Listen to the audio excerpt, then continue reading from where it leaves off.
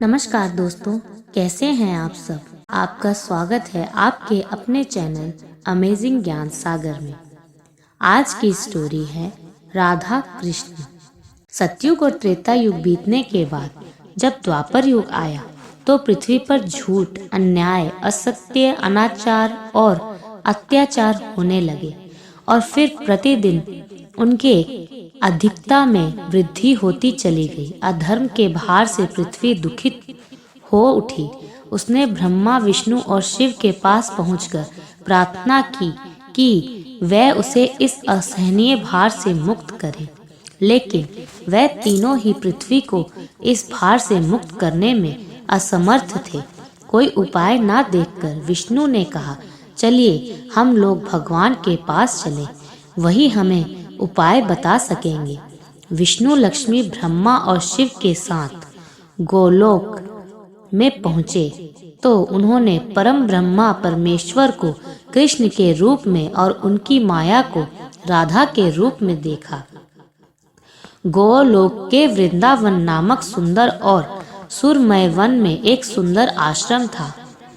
उसी के निकट एक नदी बह रही थी। विष्णु ने परम ब्रह्मा परमेश्वर को पृथ्वी के दुख की गाथा सुनाई तो उन्होंने कहा, मैं पृथ्वी के दुख से परिचित हूँ। पृथ्वी को भार मुक्त करने के लिए शीघ्र ही मैं व्रज में कृष्ण के रूप में अवतार लेने वाला हूँ।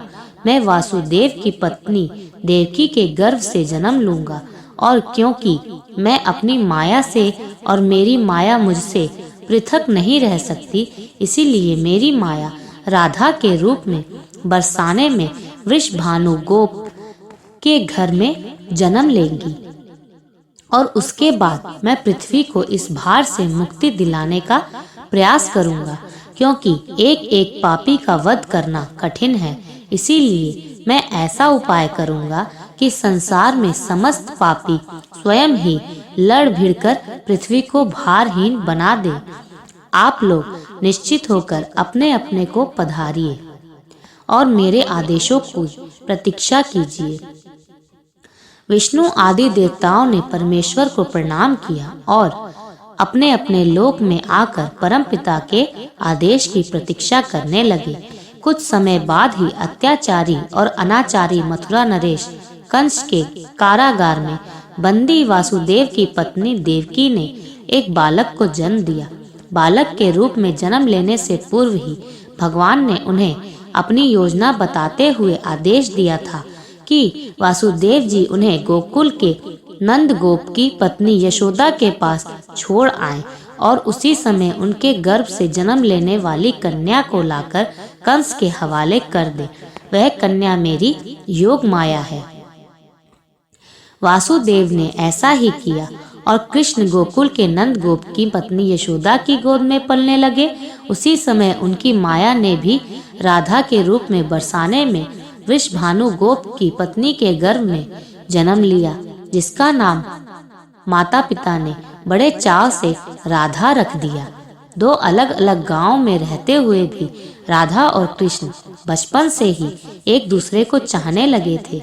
वन में गाय चराते हुए अक्सर राधा से कृष्ण की भेंट हो जाया करती थी। फिर जब वह दोनों बड़े हो गए तो जब भी रात की बेला में कृष्ण अपनी बांसुरी के स्वरों द्वारा अपनी प्रियतमा राधा को पुकारते, राधा अपनी सहेली गोप बालाओं के साथ कृष्ण के पास पहुंच जाती। राधा और कृष्ण का यह प्रेम दो किशोर लड़के लड़की का प्रेम था, जो थोड़े से दिनों में ही पूरे व्रज में चर्चित हो गया। नंद बाबा और यशोदा ने चाहा कि कृष्ण का विवाह राधा के साथ कर दिया जाए।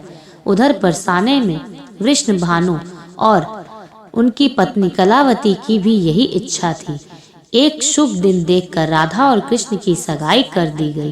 पूरा ब्रज प्रदेश आनंद उल्लास भरे उत्सवों से भर गया, लेकिन उन दोनों का विवाह नहीं हो पाया था कि कंस के आदेश पर अक्रूर कृष्ण को बुलाने के लिए मथुरा से वृंदावन पहुंच गए और अत्याचारी कंस तथा राक्षसी स्वभाव वाले उसके अनुचरों का वध करने के लिए कृष्ण को बलराम के साथ वृंदावन छोड़कर मथुरा जाना पड़ा और मथुरा में कंस आदि का वध करने के बाद मथुरा राज्य की सुरक्षा के उत्तरदायित्व ने कृष्ण को इतना उलझा दिया कि वह चाहकर भी वृंदावन नहीं जा सके।